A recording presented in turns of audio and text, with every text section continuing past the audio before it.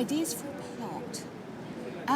Well, I suppose when I talk to kids in schools, I'm always talking about sort of where to get ideas from, and I think, at least for me, it's just keeping your ears and eyes open for stories, news stories and radio stories, and just listening to people talking. I'm a really bad eavesdropper. I'm always listening to other people's conversations. It's really terrible.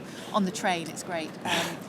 Because the world is just full of, incredibly interesting little bits of story. And what I tend to do is I sort of put them together and mix them up. I mean, with Adventure Island, after 14 books, it does become quite difficult to think of new crimes that can be committed that are suitable for the readership, because, obviously in the real world, most crime is either really sordid or really boring. Yeah, that's 99%. Online or something, yeah.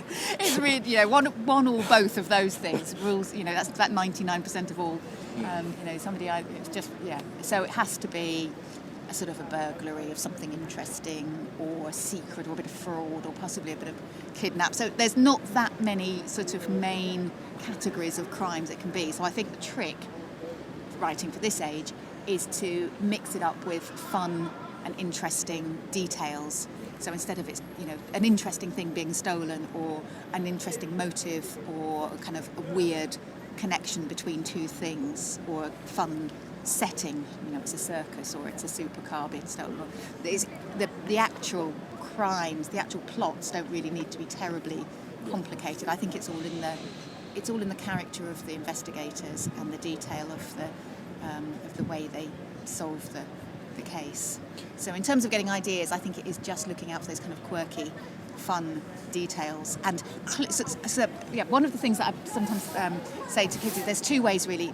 One of coming up with a plot for a mystery story is, some of them you get an idea for a really clever, cunning crime, and you start with that and then work back to then how would the investigators find out. And then sometimes you come up with an idea for or somebody says something that gives you an idea for a really weird or odd clue, and then you have to think of a crime that would fit that clue. So it's sort of two, and of the books in the series, some of them go in one way and some of them go in the other way. It's much easier actually if you think of the crime first, I realised, and then work back from the crime. And it's harder if you just think, oh yeah, wouldn't that be a brilliant clue? And sometimes actually I nick them from reading adult crime fiction, because sometimes there's brilliant, clever clues in there, and you can just adapt them for a kid audience by just change. There's nothing new under the sun. You just change the details, but the actual nature of the clue. And then I have to think of crime to go with it, which is actually a bit harder. So that would be my tip. Would be for people to just look for those kind of details. Would you say also sort of travelling around would help, like visiting different places? Yeah, absolutely. Inspiration. Yeah. Well, actually, I certainly reading crime novels. My favourite are ones that have where the setting, the place that it happens, is really interesting, and it doesn't have.